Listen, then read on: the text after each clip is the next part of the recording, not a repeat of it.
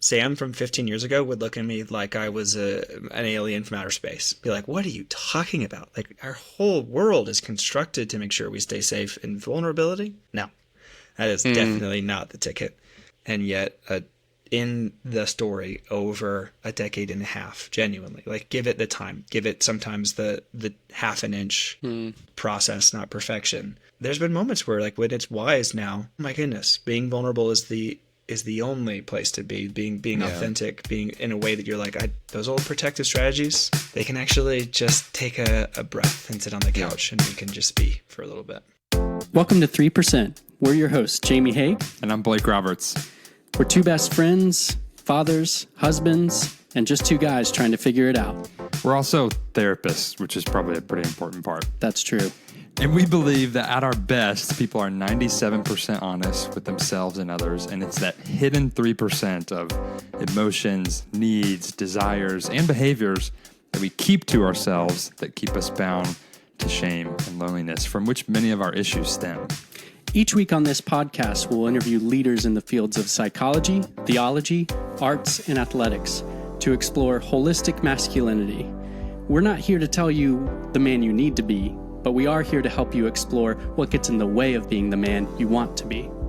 We're going to help you develop courage and give you the tools to share your 3% in the relationships that matter most so you can more deeply connect with yourself, God, and others.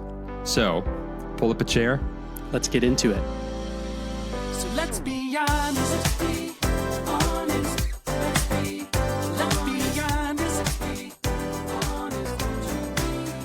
Let's be honest. All right, everybody. Today we have a really exciting guest, somebody who feels like a friend already just in our 15 minutes of banter back and forth before hopping on. We have Sam Eldredge today from Colorado Springs. It's our second guest from Colorado Springs. Guest, I don't know what that means, but there's a calling on our lives to move to Colorado Springs. Yeah, because neither of us have ever been there, and 2 out of our 3 guests already are from there. So maybe that's just where the real men talking about masculinity live. Yeah. And we all happen to be named Sam. I promise there's other names true. Here in Colorado Springs. That is true. Right. Anyway, so Sam's joining us. Sam is a therapist and a dad to 4, and he's doing a lot of really great work with men and women, and we've been privileged just to learn about some of his work through reading his words and listening to his words and online, and so we wanted to just bring him on to share his story and his wisdom, and we'll cover a lot of probably topics throughout this conversation, but all under the umbrella of what does it mean for us to pursue a more holistic masculinity in the world today and in our own lives and journeys. So Sam, welcome. We're glad to have you. Thanks for joining us. Thanks, Blake, and thanks, Jamie. Great to be with you guys this morning. I'm picturing the warmer climate you guys are in today with our 10 inches of snow out here. That's insane. A little bit of wishful thinking on my end to be somewhere warmer. Yeah, we're looking out the window right now in my office, and there's still pretty fall colors in the leaves, and it's a little warmer today. And you're in a t-shirt. Yeah, it's balmy. Balmy? Yeah. Yeah. And it's humid. Okay. Just never heard that phrase. Yeah. So 10 inches of snow. We've quite the different environment right now. No kidding. Okay. So I introduced you in the ways that I know. Yeah. What else? What do you think is important for listeners to know about you? And the work you do, and then just however you would want to share of what even got you to doing the work that you're doing today. Oh, man. Great questions, big questions. Yeah, one at a time. Exactly. Yeah, feels like my days really are defined between those categories you mentioned, therapy and being a dad and a husband. We've got a workshop coming up in a couple of weeks. That's a large part of what I do. Those kind of run about every other month. And my kids are little, and therefore there's a lot going on. We just finished soccer season. Nice. My daughter's 7, and they got second place in their tournament, which made Huge. me resent soccer just a little bit less there at the end for stealing all of my Tuesday nights and my Saturdays. Yeah. It's good. It's full. And to your larger maybe more open, broad question of how I find myself here in this work. Feel like one of the elephants in the room is that I grew up with a father, John Eldredge, who was all inviting the language of the heart and of care and of intentionality into the family home from a really young age. And so when I met my wife, we ended up having this conversation a couple of months in where we were like, what was the conversation like around your family's dinner table?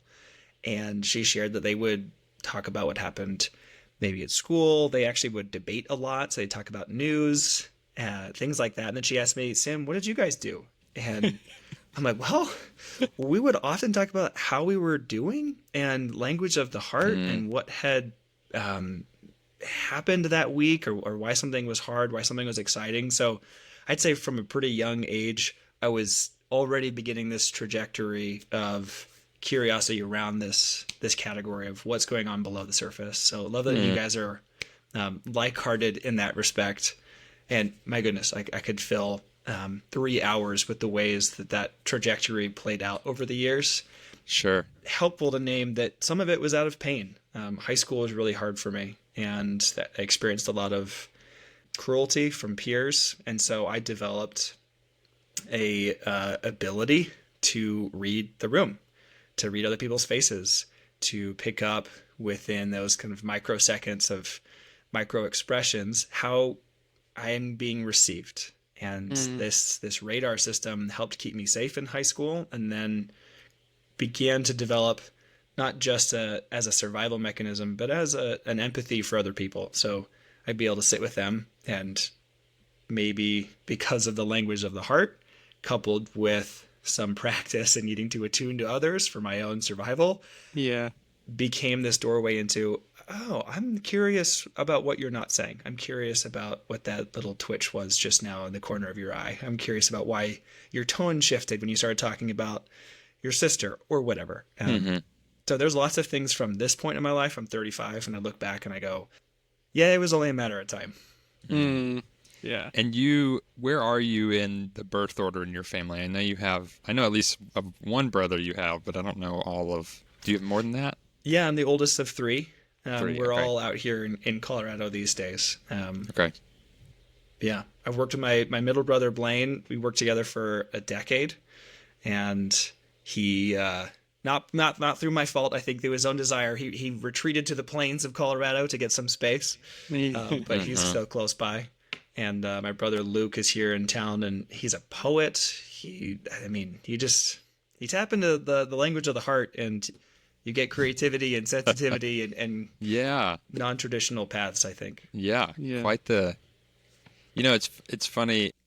I intentionally didn't introduce you as John Eldredge's son, or say in my introduction that you guys may know Sam's dad, because some of our listeners probably would know.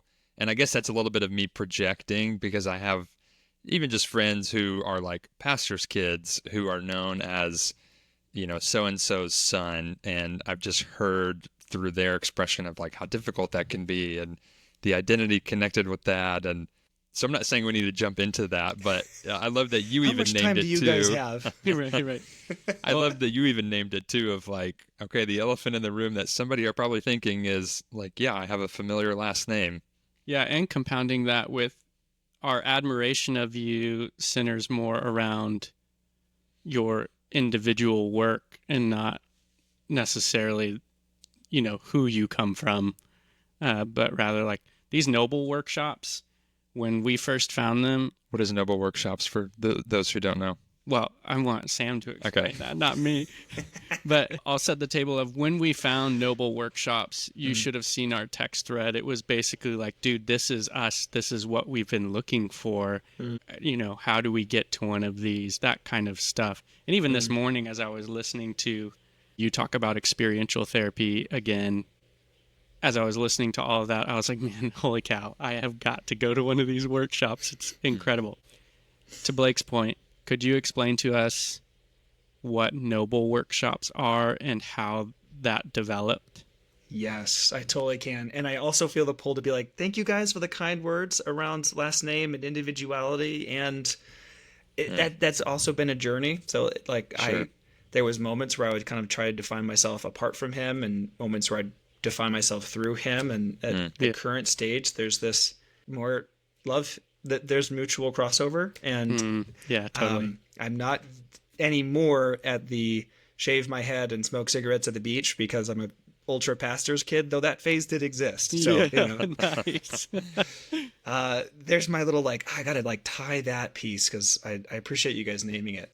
Yeah, the Noble Workshops feels, again, a little bit born out of things that I got to experience firsthand, bents of my own, interests of my own, and the ways that I've gotten to see some really beautiful change happen.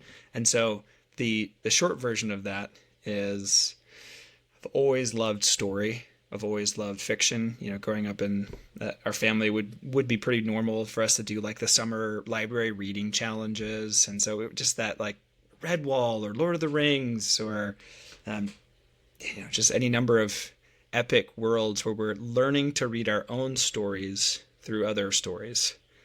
And I didn't have the language for that yet, but that began to happen. And so rewind another 10 years from today, and I did some work with Dan Allender and their narrative therapy training, which really helped kind of bring that into the present for me. It was like, okay, my love of story, reading our lives as story, reading the narrative actually is a way that we can do our own work and we can help others into work. And one of the phrases they say out there in Seattle is you can't take anyone somewhere you haven't gone yourself, Yeah. which was beautiful and less about the specifics because all of our stories are so unique. And I may not have experienced the specifics of your story, but I need to have chosen to step into courage and risk in my own story if I'm going to ever ask someone else to do the same. So I started getting whiffs of that. Then let's combine another category that is the 20 years I've now had of experiencing events here in the mountains of Colorado and watching what happens to our lives when we are able to unplug from what we called the Matrix for a long time, get out of autopilot, put the phone away, and maybe don't drop off your daughter at soccer practice this week and thank your wife for her help while you were gone. But the ability to set our quote unquote normal lives to the side to gain some peace, some clarity, some perspective, and some focus. Then couple in my creative, the love of, things being beautiful. There's two quotes I love. One is Simone Weil's, "Two things pierce the human heart. One is beauty, the other is affliction." Then there's a quote by Francis Schaeffer that goes, "We must not only be true, we must also be beautiful." The beauty in and of itself is healing. The way that you can sit outside by the summer or the fall that you guys still have, the winter that I'm now having out here. And whether it's watching the leaves move slowly in the breeze or the beauty of the snowfall, like if I can slow down and attune to it, that can also be healing. So all of these pieces coalesced into the Noble Workshops. Man, I'm good at giving short answers, aren't I, Jamie? This is great. No, this is so helpful. Because ultimately, Sam, like a lot of our listeners, this is an introduction to different worlds. So if you're not giving this background, then We're going to have to do it. Yeah. Yeah. Yeah. Yeah. Thank Exactly. you. Yeah. So the heart was to combine all those pieces. So a Noble Workshop is 5 days here at a retreat center in Colorado where we're going to have you commit to a pretty intense and intentional journey. Intense meaning your phone's going in a box and you're going to get it back in the end. Intense meaning you don't have a last name. You are just Jamie. You're just Blake. I'm just Sam. You don't have a job. You're just you. You just get to be a human being for a little while.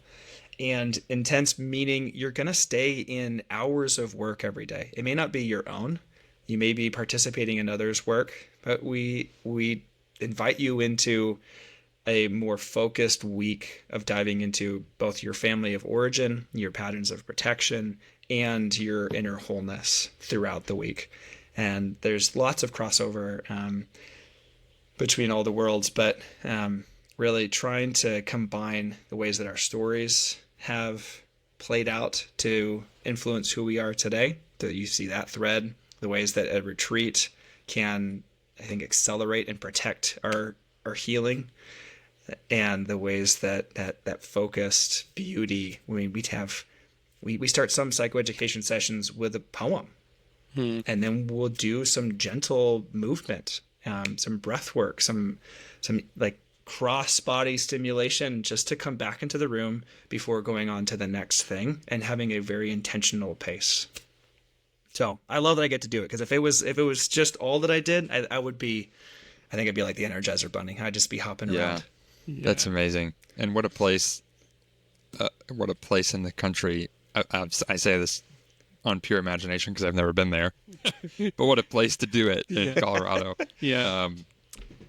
Okay, so I'm realizing as we're talking about this, whoever's listening to this is still unless somebody's listening to this like 2 years later and they're going all the way back to the beginning, they're the founders of the 3% community, meaning we don't entirely know who makes up this community at the time of this recording. Yeah, right. But what I make up is that some listeners are going to be really familiar with some of the words and some of the language we're using, and then some are going to be like, what in the world are they talking about? They're speaking a different language, and maybe there's this feeling that somebody has of like, I want something of that, but also I didn't grow up in the family. I think of my clients, and rarely do I hear somebody that has a story like yours, where they got to sit around the table at dinner and talk about their heart and their feelings. Right. It was like we didn't even know what feelings were. And so one thing I wanted to hone in on a little bit, even just this, because there's so many things we could talk about in all of those pieces of what came to be Noble workshops, the idea of learning to read our own stories through other stories. We've said before that a huge goal of ours for this show even is to do just that. Like, it's not really, there's going to be some education, maybe in this show, some like things that people can take away and learn. But, and correct me if I'm wrong, the huge heart is to have these vulnerable conversations, and somebody listening can connect with their story through the sharing and the listening of other stories, because that's powerful. Mm-hmm. Mm-hmm. All that said, for somebody who is like, what does it even mean to engage my own story, or to learn about my story through somebody else's? Like somebody who's not really familiar with all of this. What would you say to that person? How would you kind of invite them into that, even just questioning in their own selves? I love it because there's so many ways. There's an expression in the physical therapy world that goes, the best exercise is the one that you'll do. And so I often feel this way with some of the homework that I'll give clients. It's like, well, let's try a bunch of things. And it's not that you have failed if it doesn't fit. We're looking for the one that fits you. We're looking for the one that you can actually do. You guys relating to that a little bit? Big time. Just a tiny bit. Just a little, yeah. Okay, so a couple of things. One, I'll recommend different books of fiction to some clients to go read this story and notice what seems to just stir things in you. You don't need to have the language for it. You don't need to understand why. Just notice when you have a strong reaction. Notice when your cheeks get wet because you've got tears running down your face and you're completely surprised. Low ones that are likely to trigger that. I also love film. So as like another footnote, I had some film studies in my undergrad and loved getting to work with that. So the movie About Time. Oh, dude. I haven't seen that, I don't think. Oh. Who is it? Rachel McAdams. It's pretending to be a rom-com. Who's the lead guy, though? The lead guy, yeah. I can't remember his name off the top of my head, and he's wonderful in it. Hey, producer, who we don't have, can you look up who's in that? Quick. Sure. Type. Hey, Blake, it's Dom, how do you even say that? Domhnall Gleeson? Yeah. That guy. Anyways, not the point. Domhnall Gleeson. Domhnall Gleeson. Yes. Film. It pretends to be a rom-com, and it actually ends up being a story about a father and a son. Mm-hmm. And that's all I'll say for that. There's another film I love, Arrival. Mm-hmm. You guys familiar with this one? Yes. Blake, No. Blake. So hey, I'm jotting all these down as my Blake, homework for the week. there was this super cool thing that got invented. It's called a television. We don't use ours super often, but you can actually use your computer. Anyway, I Arrival. just like to check out from my emotions and watch sports. So Honestly, I can understand. Arrival pretends to be a sci-fi movie, and yet the intro, 3 minutes, is going to tell you a different story. Right. Yeah. Then in terms of fiction, love The Alchemist by Paulo Coelho, love Jayber Crow by Wendell Berry. I am That one's familiar a with little bit more Jayber of a Crow. commitment. Hey, yeah, The Piece of Wild Things, a beautiful poem by Wendell Berry. So I just begin like, try this on, try that on. Did that fit? No, that's okay. And we're looking for the thing that works. And then if those aren't fitting, I would look to places where people are willing to be vulnerable, to hear their stories and go, wait, I relate to that. So the data in group work is that we get 70% of the benefit of the focal person. So when we're doing group therapy, we're doing group experiential work, you may be just standing, or you may be sitting, or you may be enrolled in the work. And even when you are not the one that the focus is on, you're getting up to 70% of the benefit, because we're reading our story through their eyes. We're going, wait a second, I didn't have a dad like that, but I had an uncle like that. Or, ooh, I have not found the words that you just found, but that is exactly how my wife feels for me. So I'll give an example of how I began the inner child stuff. Every Thanksgiving season, I started getting really sad. And I couldn't have told you why. I just knew I really wanted beer, and there really wasn't enough. And it wasn't that I wanted to drink into a particular day. Like, I didn't want to have a singular bender. I just needed to kind of constantly numb, and I had no idea. And I finally became curious enough after enough years of this go by where I'm like, I don't think this is about Thanksgiving. I don't understand what this is, but let's try and figure it out. So I went outside behind the building I was working in. There's a little wooden picnic table, and I just began journaling and asking, where is this coming from? Where is this sadness? Why this time of year? What's going on?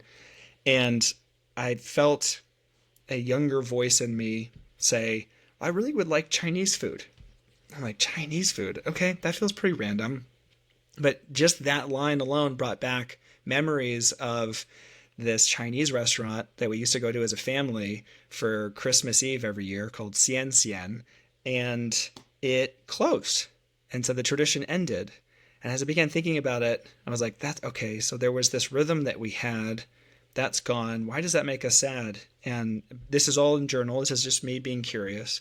And this place within me said, I'm sad because the past is gone and we're not going to get it back. There was a simplicity then, and we can't go back to it. And Oof, what a relatable feeling. Right? Like, I felt tears, and just already with that little bit of, you're right, there's truth to it. I can't go backwards. That restaurant's closed. I'm not 9 years old in my family anymore. But in that moment, there was this invitation that I had felt. I'm like, oh, the pattern I've been doing, I've been feeling this, but not realizing it, and trying to just make it go quiet with some kind of soothing. Thus the beer sounding so appealing. And in that moment, I said, like, okay, you know what? Let's try something different. That's not a stupid idea. I haven't had chicken lo mein in probably 15 years, but like, we'll go find a different place. That is not a foolish longing. And just me saying yes to that and saying, okay, I'll go find some chicken lo mein in town, I wept at the table for about 20 minutes. Wow. And it was this beginning for me to really begin to experience, if I'm able to begin to pay attention to the story that's going on beneath the surface and try and put some words to it, I might not get stuck chasing symptoms all the time. And because I had been reading story, listening to story, that ability to kind of just take a step back, maybe even just a couple inches back. Sometimes I can feel like my face is just pinned to the wrestling mat, and I have no perspective on my life. And if I can get like a half an inch, it's amazing. Like, oh, I got a half an inch of perspective for a minute there. And I was able to do some beautiful work just by saying that desire isn't foolish. There's two things that stick out to me there that I often come up against in my own story and in like the stories of clients that I meet with, which is one, that progress isn't all or nothing. Like the old 12-step trope of we're looking for progress, not perfection.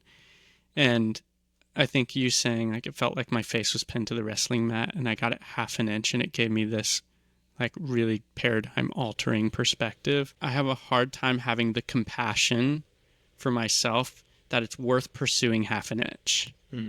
That, and I think for people listening, like some of the dauntingness that I've heard from people in getting into mental health work is that it feels like, how am I going to overcome this thing?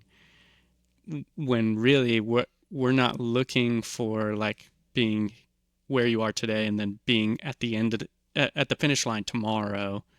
We're even, what is the finish line?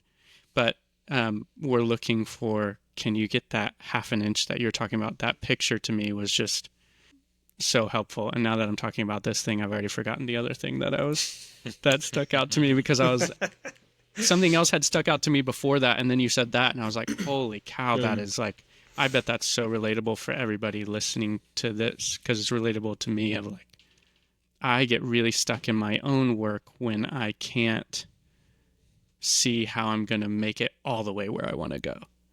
And just the idea that half an inch is worth pursuing and actually might be so altering is such a gift. Yeah, you kind of, I think, touched on what I was going to. You said compassion, the word that was coming up for me, and hearing you, like that connection with yourself wouldn't have happened without the amount of curiosity that you had, even to just be open to listen and to learn. And like, that's so much, that's such an undervalued tool, or maybe not even tool, but just like thing that we have access to in ourselves that can lead to that type of connection with ourselves, with God, with other people, when we can really have a posture of curiosity. That I think there's kind of two types of curiosity when we're doing this work, because I see this a lot in working with clients when they're met with something internally and we're like asking them, how do you feel about that feeling that you have or that thought? And it's like criticism or it's anger, and we're trying to move to a place of, let's just be curious about it and see that maybe there's more to the story that you aren't aware of, like with your example of the drinking. And then there was so much more to the story that when you were curious about, you were able to access that part of the story. And people can be like, okay, yeah, I'm curious, but it's this curious posture of like, I already know what I think about it, and I'm kind of like pretending to be curious, but really it's just to get information to help me prove my point that like I already know the answer. And then there's this more open curiosity that says, okay, I really am open to the idea that I may not know. Which Yes. is what the other thing was for me. You're welcome. Oh, thank you. It was this idea that I think if somebody is unfamiliar again with the language of counseling, sometimes in the mental health community, they'll say like, what we resist persists. And I think what you're saying gives way more context to that, of it's not just about simply saying, okay, stop resisting what you're feeling because it'll keep happening if you keep resisting it, which is kind of this DB, dialectical behavioral therapy idea. I almost use just an acronym, which is not helpful to people. But like this acceptance of, this is a feeling that's happening in me. I'm going to notice it. I'm going to name it. I'm going to let it pass through me. You're taking it one step further to go, I want to be curious about what your role is for me. And not only that this feeling is happening, but what is it linked to? Where did you come from? And how helpful that context is to say, like, what even is resistance? It changes what resistance is from something we something that is like against us to something that's trying to protect us. I think that was what was standing out to me. Yes. Oh, I've been totally guilty myself of the curiosity that feels like is holding the whack-a-mole mallet. It's like, Yes. come on out, little guy. Yep. I want to know what's going on here. And then I'm going to crush a it. great Whatever analogy. comes out, I'm just going to that thing's done. Yes. Dude. And it's cruel, but it's also, if I can even step a little bit back from that, I go, oh no, there's something in me that feels like if I find something that is holding me back from connection, from love, from being fully present, I need to get rid of it as quickly as possible so that I can be more connectable, lovable, worthy of acceptance, admiration, whatever. And so we get this, if I can take a step back and then I can be curious of like, there's a part of me that really feels the need to be fully buttoned up in order to receive connection. Oof. So we actually have 3 requirements of folks when we begin these workshops and invite, we need these 3 categories. The first is kindness. The second is courage. The third is curiosity. And I use this metaphor of the 2 surgeons in this inner child worksheet. And one surgeon is deeply kind, and the other is pissed at you. They have the same level of skill. They're equally worthy of going to submit ourselves under the knife, but we seem to continue to choose the one that's pissed at us. Mm-hmm. At least I've seen that tendency in myself. Like, yeah, I want the one with the whack-a-mole, the curiosity that's just gonna crush whatever comes out. And maybe worth considering. There's a kinder way, a curiosity that's not coming from a place that wants to crush whatever it finds. Just a thought. This is a big question, but why do you think, maybe you can even just speak for yourself, we choose the whack-a-mole one more? Yeah. I would go to the theory of attachment for that somewhere, whether it was our families or it was our peers or it was mentors, their authority figures, somewhere in our development, we inevitably encountered someone who looked at us and said, nope, you actually aren't worth safety. You're not worth attuning to, or noticing, not being worth being curious about. You're not worth connecting with. And that pain motivates us to go, okay, well, I need to become someone that is worth connection, that is worth love, that is worth attunement. And so I think that cruel, that unkind, mallet-wielding voice is that place in us that's looking for why it was our fault all along and how we can get rid of any trace of that so it never happens again. So we would look to become the kind of person who either doesn't feel the pain or receives the connection we were designed for. Yeah. And if it's our fault, it's easier to get rid of. Yeah, well, and even higher stakes, right? Like when we're really little, it can only be our fault. If it's our system's fault, we're screwed. Right. Yeah. Which is maybe another outward expanding idea that, there were times in our life where it could only have been our fault. We didn't have capacity to handle it any other way. Yep. And that's why the inner child work is so important, because when those narratives and those beliefs or come as a result of those experiences that you're just mentioning, then they just kind of stay and just live in that part of the brain that doesn't tell linear time. And so when I'm 37 and I'm in a situation where logically I know it's not my fault, or I have resources, or I have healthier coping strategies, like all of the things point to this can be different. My body, my nervous system, my story tells me otherwise because it feels similar. And so then I feel like I'm overreacting when it's like, no, you're not overreacting. That's just neuroscience. Like your brain, when there's not that integration, the emotional story is always going to override the logic.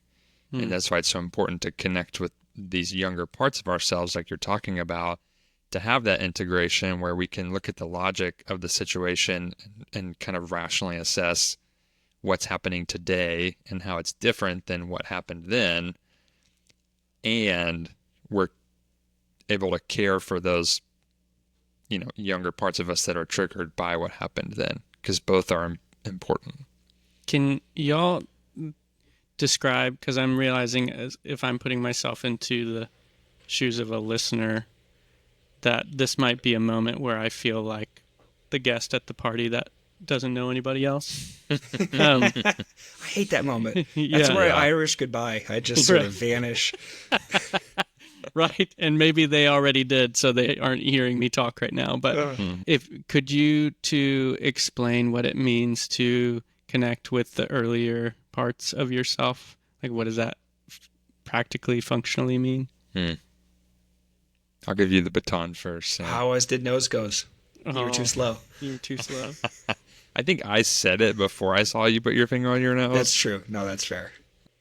If I were listening right now, and this was a new category, Jamie, I would feel one of two things. One, I might feel overwhelmed and a desire to kind of retreat from it because it feels really big. Or I might feel the desire to just jump in the deep end and start poking at stuff and kind of see what flinches. Those that I would already begin to go, those are pretty polarized reactions. And when we're really polarized, that's actually a helpful signpost that we're on to younger places already. When we're young, our prefrontal cortex, we can't hold complexity yet. And so if things feel really extreme, black and white, there's only two options. Rather than rush into picking one of those or feeling trapped by them, I'd invite even maybe take a literal step backwards from that place and observe it. And this is where I like the experiential work, because if you do move your body a little bit and then look at where you were just standing, you create some physical distance to begin going, hey, that might actually already be onto something. I would also then really encourage resourcing, not to jump into the deep end of the pool and just start poking things that flinch without some handrails, without somebody there as a guide, and we talk about this belay line in rock climbing. You have a rope that has a backup that you use before you go into any kind of rappel, any kind of high elevation thing, because you need safety. You need a resource to draw on. So, this is where a guide, one therapist to two therapists, or say, hey, you might be nice to have somebody to listen and witness and be curious with you. I like the physical object of a photo. So in the worksheet I use, I invite you to begin with that and give you something to actually look at, and also to notice the story that happens when you go looking for the photo. And I know one gentleman who he went looking, and there was one, and it was digital, and his parents had gotten rid of everything when they empty nested. They sold every piece of furniture, every sock, sold the house. And that tells a story. I know somebody else that knew exactly the photo they wanted, and they called their mom to take a picture of the photo on her bedside table.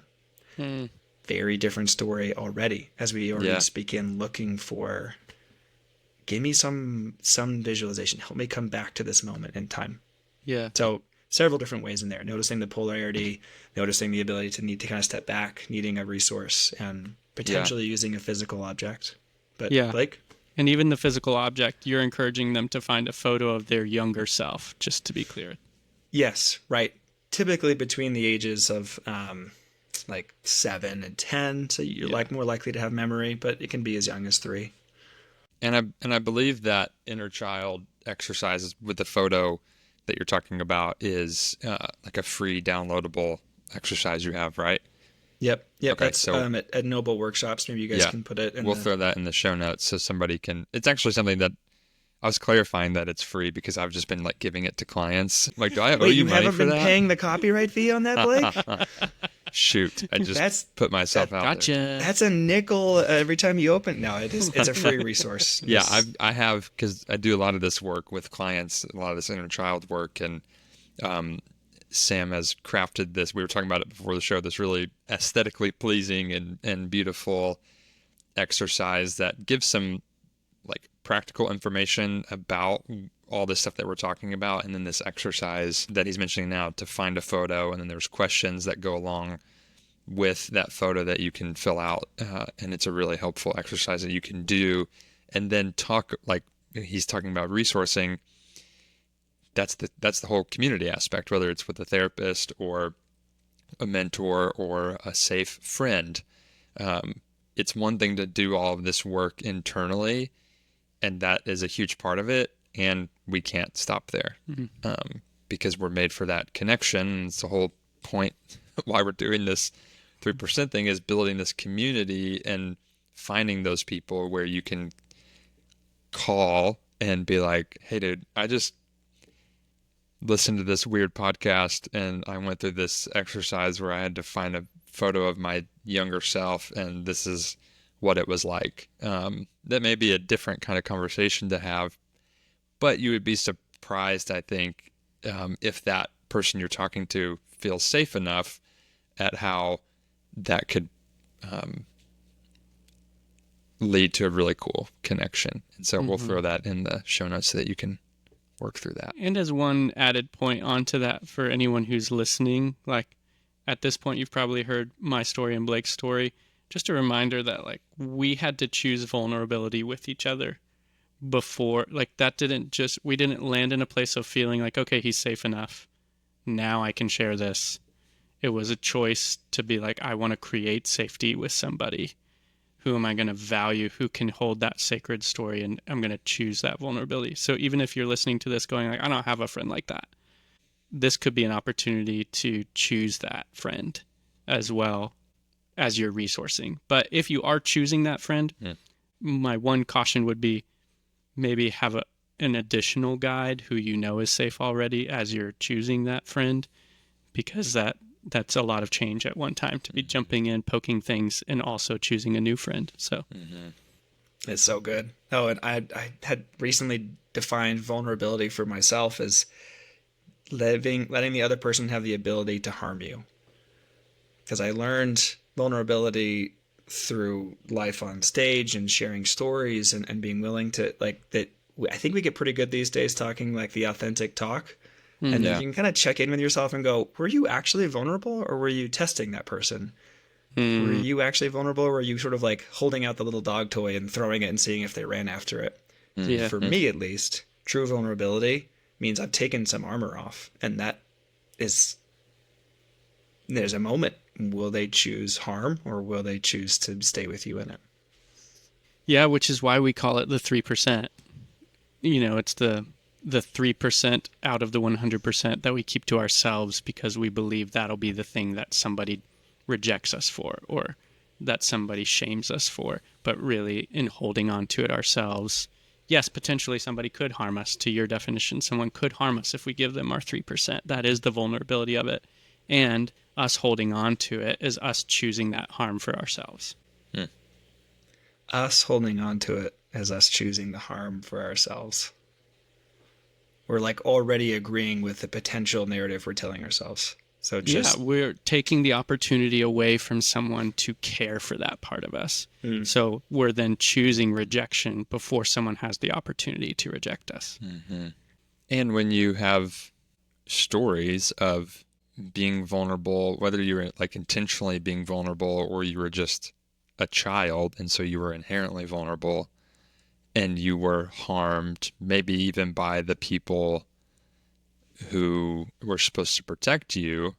And like you mentioned earlier, you didn't have the capacity to be, I don't want to say okay with being harmed or, you know, receiving that after being vulnerable. But it's that same narrative that creates. It's like, well, I can't choose to be vulnerable because there's the potential that you might harm me. And if that happens, then I'm not going to be okay. Yeah, my whole system is a problem. Because that's what was true.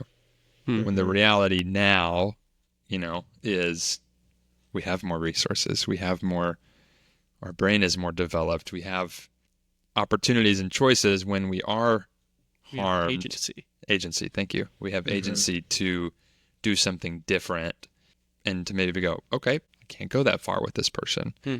Or if it's, somebody that you can go with and they just had a defensive response that was harmful, then you can lean into that and talk about that. Yeah, model repair. Yeah. It's so good. I think if I sat down younger me from even 15 years ago and I told him, Sam, there's going to come a moment where genuine, wise, discerning vulnerability ends up being the safest place you could possibly be. Sam from 15 years ago would look at me like I was an alien from outer space. Be like, what are you talking about? Like, our whole world is constructed to make sure we stay safe in vulnerability. No, that is definitely not the ticket. And yet, in the story over a decade and a half, genuinely, like, give it the time, give it sometimes the half an inch process, not perfection. There's been moments where, like, when it's wise now, oh my goodness, being vulnerable is the only place to be. Being authentic, being in a way that you're like, those old protective strategies, they can actually just take a breath and sit on the couch and we can just be for a little bit. Oh, man. Yeah, 10 years ago, Jamie would have said, I am being vulnerable.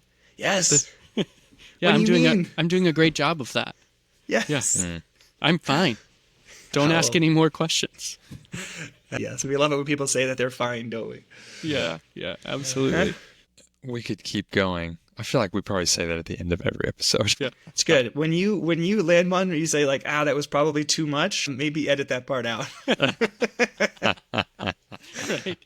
Just for my sake. Yeah. We do, though, like to, as we start to end, we like to just let guests, listeners, whatever they're called, the people who are listening to this, we like to let them know how they can connect with you or just how they can benefit from your story and your wisdom outside of this, whether that's following you, supporting you, and maybe even if somebody's listening to this and like Jamie going, man, that workshop sounds like something I need. You told us a lot about what Noble Workshops is, and I think we kind of understand who it's for, but maybe if somebody's listening that like has a little bit of curiosity,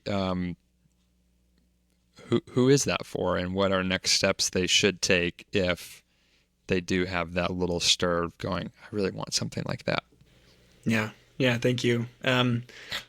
I would have folks go to nobleworkshops.com where there's a blog and a podcast and the inner child worksheets and some just free resources for folks to check out. The workshop, if that feels like something that's stirring curiosity, that is for men and women at least 18 years old and up. I think the one that we've got in 2 weeks, that we've got some folks coming in their 70s, and we've got someone coming at 18. So we kind of hit the whole range, which is beautiful. And I would say it's not a place for someone who is looking to get out of substance addiction. It's not a place where there's like a high level of medical care needed. So if that's your story, I would say we do need to kind of screen for that and send you to a place with better resources, different resources. But if you feel stuck or trapped, or you have just been getting pulled back into the normal pace of life and not able to dive deeper and marinate and sit and experience a little bit of that shift that you can walk out over time, then I would encourage you to apply for a workshop. I'd say the best scenario are for the folks that are either already beginning some therapeutic work with a counselor or have been doing so for a while, and so that you've already got that relationship, that resource available, and this can serve as a deep dive that you can then continue walking out with that relationship. So for folks that have that already going on, I get even more excited because I'm like, this is going to be a huge piece for you. If you don't, sometimes that it can stir some things that you need afterwards. You need somebody that you can commit to on that kind of weekly, bi-weekly basis. Yeah, I think I heard you refer to it as like, if you're going to therapy, that's maybe some like continuing medical care, and if you're going to this workshop, like this is the surgery. Yes. Yeah. Yep. This can be the surgery. It can be a friend referred to it as the ICU for the soul. Like Cool. if there's just, if you are making progress or you feel stuck, sometimes we don't need to just kind of keep changing the bandage. Sometimes we need to like stop, do the surgery, and then see what happens. And for those folks, it really does feel like getting 2 years worth of work done in 5 Totally. days. You're like, okay, here we go. How often do we give 20 hours to work and then another 5 hours to resourcing and education? I mean, there's just, it's a lot for any of us to do. Yeah. Which is why we try to pace it really, really kindly. Yeah. I just looked at last night my screen time on my phone, which I don't often do, and I've been trying to be more intentional about not being on my phone as much, but just through text messages, email, and things like that in the last week. This is embarrassing to admit. This is my 3%. It was like 23 hours in a week. So almost a full day of being on my freaking phone. And I'm like, hearing you, I'm like, man, how much more enriched would I feel if I spent 23 hours investing in my soul?